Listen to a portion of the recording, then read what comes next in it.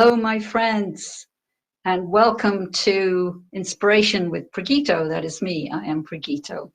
And healing grief and loss is a topic under discussion for today. So welcome. I welcome you all. And let's see if some truths, some insights, some understandings can be revealed in this talk to help you through your journey of grief and loss, as that is my intention, to bring you deeper insight and understanding and healing around your grief and loss. So the first thing is accept the grief, the loss. Now, that's often easier said than done, because grief has 4 stages. The first stage is anger. The second stage is searing pain. The third stage is pain. And the fourth stage is acceptance. So it might take you a while to get to acceptance. And often the very first thing that happens is shock, like a numbness. If we have no preparation for the loss, if it happens very suddenly. So the most important thing, you must allow yourself the time to process what has happened and go through the stages. The shock, the numbness, if it was a sudden event. Anger often comes up at the person who's left, because what am I supposed to do without you? Yeah, why did you leave? That's all very understandable and must be expressed and felt. And then comes the more difficult part, in a way, is the searing pain. The pain. And the very best way to help yourself through a process of grief and loss is to accept wherever you are in the process. Because if you fight it, you will make it worse. If you try and avoid it by all kinds of different ways, there are many, many ways that we avoid wanting to feel our pain, you will make it worse. Because then you've got the pain there anyway, and then you create a layer of suffering on top of the pain. So the reality is often much better than what our mind thinks of something is going to be. So to not suffer on top of the pain, accept it. Accept the anger, if there's anger there. Accept the shock, the numbness, if that's what is there. Accept. Acceptance. This is the easiest way to heal the grief and the loss, is by accepting it. Now, that's not always easy, I know. Yet, if you can find the courage to be with it, to allow it, you will be amazed at what happens, how much more quickly you will heal from it. Because the thing with grief and loss is this: why are we sad? Why are we in pain? Because we love that person so much. And the deeper the love, or the stronger the love, the deeper will be the pain. However, when you have the courage to face the pain, to accept the pain, to allow it, to be with it, what happens is this: the deeper you go into facing the pain and allowing it, going deeper and deeper and deeper into it, what you find at the very end is love and peace. So the pain, the grief, it comes out of love. And when you stay with it and stay with it and stay with it, then you find yourself going back into love.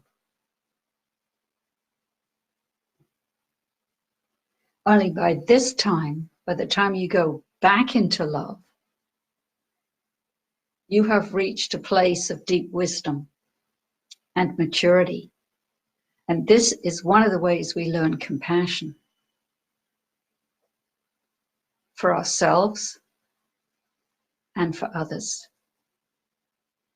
by going on this journey of facing our pain.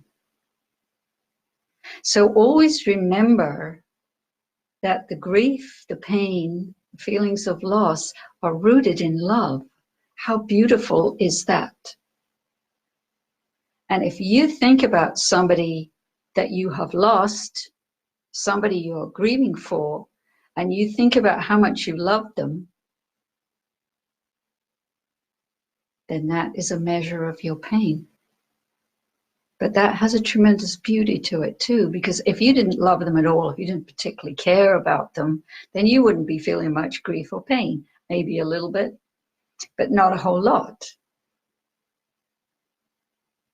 So the deeper the love, the deeper the pain, the more powerful the journey, because pain comes to us, or grief or loss, to show us this journey, because some spiritual reality wants to show itself to us. So there is a point to it. It's not just accidental and arbitrary, and you're just going through all these feelings of grief and loss and pain for no reason. There is a very, very powerful spiritual reason you're going through this. I've been through it myself. I've had to heal a lot of pain in my life, a lot of grief. And one of the people I loved the most, which was my father, it took me 3 years to process my grief and come out the other end into peace and love. And my father always liked to joke around. He had a great sense of humor and he liked to laugh. And so I knew he didn't want me to be walking around with a long face all the time. So I laughed a lot as well. Laughter and tears, they are two sides of the same coin. They're two sides of the same energy. So just because you're grieving, just because you have lost someone, doesn't mean you can't laugh and have fun and enjoy yourself. Because most of the time, your departed loved one wants you to be happy, wants you to have joy in your life, doesn't want you to be bowed down under this weight of sorrow every day. So remember that, because that brings you balance. That reminds you that life is also full of joy and laughter and fun and play. And that doesn't mean you're disrespecting the person you're grieving. It doesn't mean you don't care about them anymore. You're just honoring the other side of the energy of grief and pain and tears and sadness, which is laughter and joy. The more you laugh, the more you can cry. The more you cry, the more you can laugh. They go together. And where is all this leading you? Where all of this is leading you to is a deep inner silence, a deep inner peace, That's where you come to. That's where you arrive at. I know I've done the journey myself. And it's true. I went through a lot of tears and pain and grieving, and then I came to love and peace. So remember always that your grief, your pain, your sadness is coming out of love. And the more you can allow it and accept it, it will take you back into love and peace. The grief does heal. It just takes time and it cannot be rushed. To heal from my father's passing took me 3 years. That doesn't mean it would take you 3 years. It might take you much shorter time. It might take you longer time. We're all different. And the depth of love we feel for that person is different. Now, another important part of this is to not judge yourself. Because in this society we live in, it's not incredibly acceptable to cry and be sad. Somehow we're supposed to be happy all the time, which just isn't reality, is it? We have sadness, we have grief, we have loss we experience. And the most important thing is to be honest about your feelings. Always be honest. Yes, I'm feeling sad today. My dad died last week, or my dog died, or my cat, because it's just as deep for a pet as it is for a human being. So don't ever think just because it's a pet that it's not as, the grief isn't as deep. It's often much deeper, because our pets love us unconditionally, we love them unconditionally, and there's a very deep love there. And the thing to remember is about love is that love transcends death. So the love is still there, even if the person or the pet is no longer with us in the body, the love is still there. And you can pray to them. And you can ask them to be with you, to be a guardian angel for you. And they always say yes. They always want to watch over you and stay connected with you. So ask whoever has passed over to be your guardian angel, to watch over you, to help you with your grief, with your life, with anything in your life. You know, if it was somebody that you talk to often, and especially somebody you got advice from, keep talking to them. It can help to have a photo of them around as well, or a photo of your pet.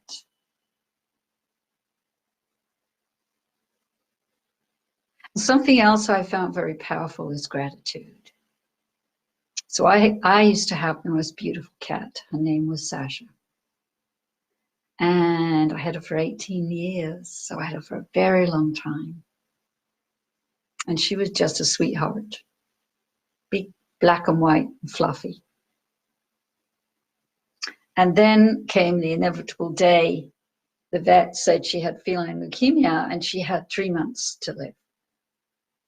Now, fortunately, she lasted 6 months. So I had some notice. And in that time, I just kept telling her how grateful I was to her for being such an amazing cat. Because she really was. And the gratitude filled me with joy and with love. And because I kept practicing that gratitude, when she did finally leave her body, I didn't feel that sad, actually. I just felt even more gratitude, because I always knew that, you know, cats live, maybe she could have lived another 2 years or maybe another 3 years, but she was going to leave the body before I did. So there was no way of avoiding feeling those feelings of loss when she left. And I found that, thank you for the hearts, and I found that practicing gratitude really helped me, but I did have some time. I had, first of all, 3 months, and then it ended up being 6 months. And that does help a lot, I think, if you have some notice. It is harder if something happens suddenly, because then you go into the shock and the anger more likely. And then it's more difficult to find any gratitude or acceptance. It takes time. And if that is the case, you must be compassionate with yourself and allow all the stages. Allow yourself to go through all the stages to process what has happened. And don't judge yourself. Because this culture we live in doesn't really like us to be sad. We're supposed to be happy all the time, yeah?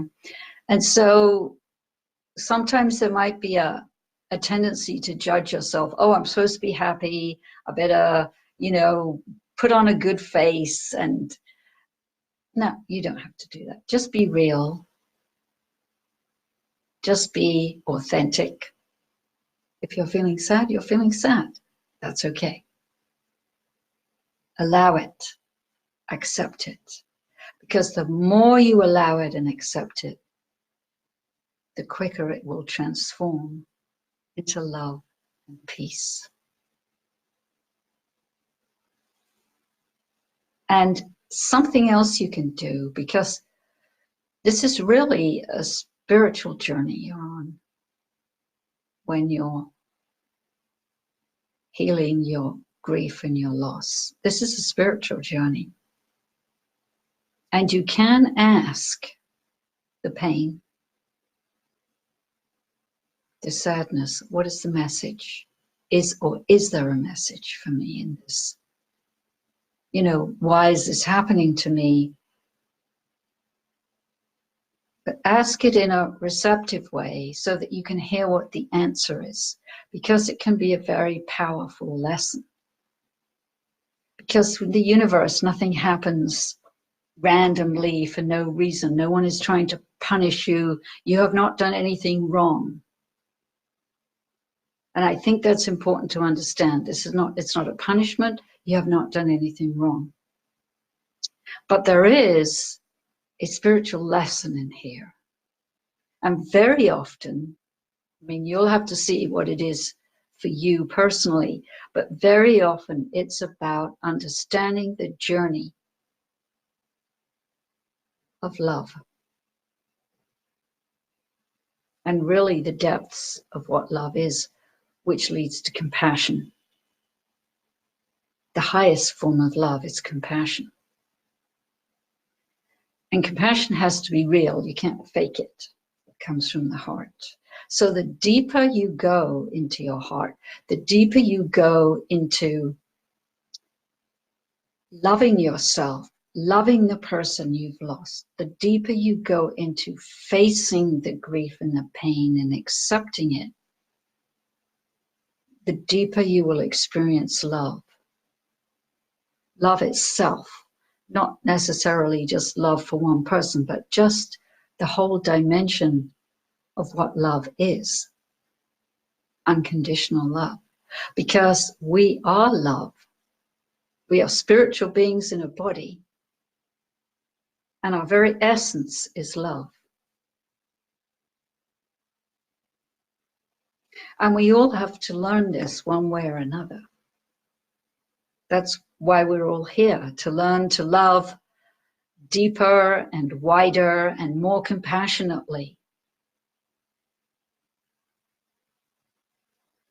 That's why we're all here, to learn about love. So your grief and your loss is serving a very powerful purpose, and certainly is not happening for no reason or just randomly. So Pain is a deep spiritual inquiry. And when you accept it in that light, when you look at it in that way, you will be richly rewarded. So don't fight it. Don't fight it. If you go through a phase of anger, then express your anger out. Don't repress the anger. Find ways to express the anger out. And if you want to know about expressive meditations where you can express your anger out, you can find my book, Laughter, Tears, Silence, on Amazon. And I talk about anger there and how to express it out. There are many ways, and there's certainly meditations that you can do. Or go for a run, or beat some pillows up, or go and yell at some trees, but get it out. Yes. And also something else you can do with pain is to breathe into it. Just breathe and breathe and breathe. That will help you as you grieve. And fully allow yourself to grieve. Because if you don't, the grief is going to sit in you and stagnate. And it can turn into dis-ease in the body, which you don't want. So allow it, express it, grieve it. You know, in some cultures in the Middle East, they have what they call wailing walls. And they're these women, they're professional wailers. And they come and they grieve and wail when somebody passes. Sometimes I think we need a few of those here. But really grieve fully and totally, accepting what is, without trying to rush it, without trying to avoid it, without trying to force anything. And in its own time and in its own way, you will start to notice a shift is happening. And there would be less and less grief, less and less pain, and more love, and more joy, and more gratitude. That you had that person in your life, like I did with my beautiful cat, Sasha. I was just so grateful to her for being in my life for 18 years.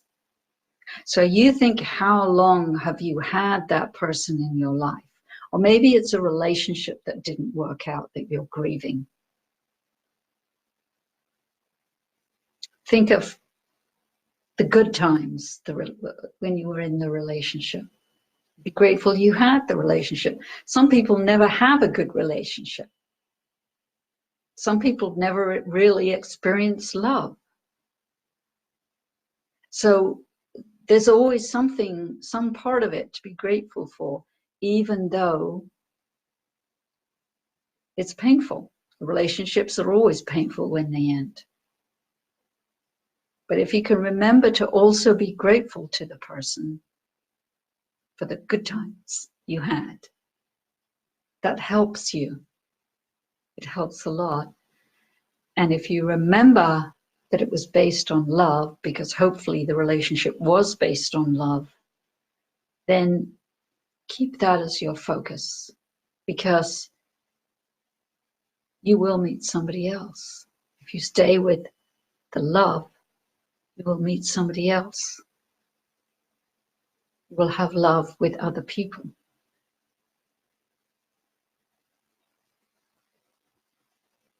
So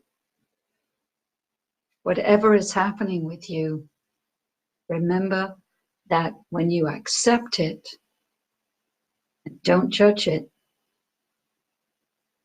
It is much easier to heal and go on the healing journey than if you fight it and judge it. So no judging, no fighting, just accepting. And stay in touch with the love you had with that person. And that will help you heal. And remember that grief, sadness, pain comes out of love. And when you stay with it and go deeper and deeper into it, you go back into love and peace. So thank you for being with me here today. I'm always honored and very grateful to all of you for sending me hearts. Thank you for the hearts and for participating. And if you have any comments or anything you want to say, please write in the comments below. You can find me on www.discovermeditation.com. You can always send me an email. There's a contact button there at the top of my website. And I look forward to talking to you next time. Thank you so much for being here.